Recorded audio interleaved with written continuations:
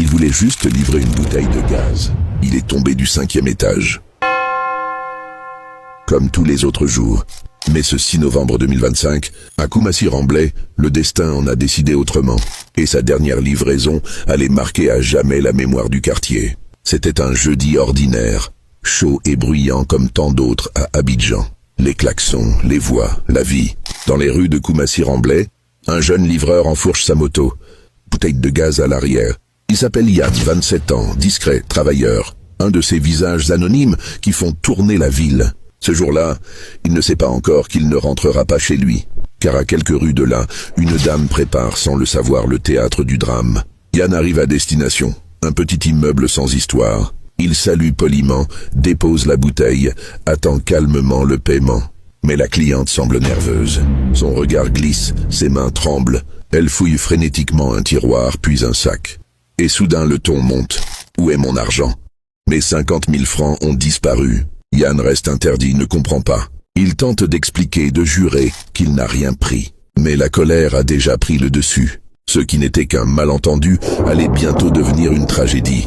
Les voisins entendent les cris, sortent, assistent à la scène. Les mots volent, les insultes fusent, le ton devient violent. Certains essaient d'intervenir, d'apaiser, mais la tension ne redescend pas. Et puis, dans un geste de trop, tout bascule. Et la vie d'un homme s'éteint. La dame pousse le jeune livreur avec rage. Il recule, trébuche, chute lourdement. Un bruit sourd. Le silence qui suit glace le sang. Yann ne bouge plus. Les témoins hurlent, les téléphones se dégainent, les secours sont appelés. Mais quand l'ambulance arrive, il est déjà trop tard. Dans la foule, un murmure se répand. Il est mort. La dame, tétanisée, réalise l'irréparable. Les gendarmes arrivent, l'embarquent sous les cris et les pleurs. C'est une jeune fille qui a ramassé le porte-monnaie sur une voiture qui a tonton. Voilà le porte-monnaie que j'ai ramassé, il y a l'argent dedans. J'ai dit, c'est pour la dame. J'ai dit, ok, il n'y a pas de souci. Je vais garder. Et il y a une jeune fille qui vient nettoyer l'immeuble.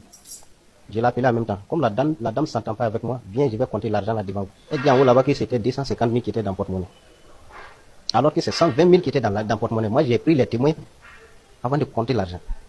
Elle dit à les autorités que c'est 250 000 qui étaient dans le porte-monnaie. Vous voyez? Mais personne ne sait que ce qui s'est passé dans la maison. C'est la dame et Dieu qui sait ce qui s'est passé. Et puis le jeune est tombé. Le quartier d'ordinaire si vivant devient un champ de stupeur. Les gens ne parlent plus que de ça. Certains pleurent de colère, d'autres d'incompréhension.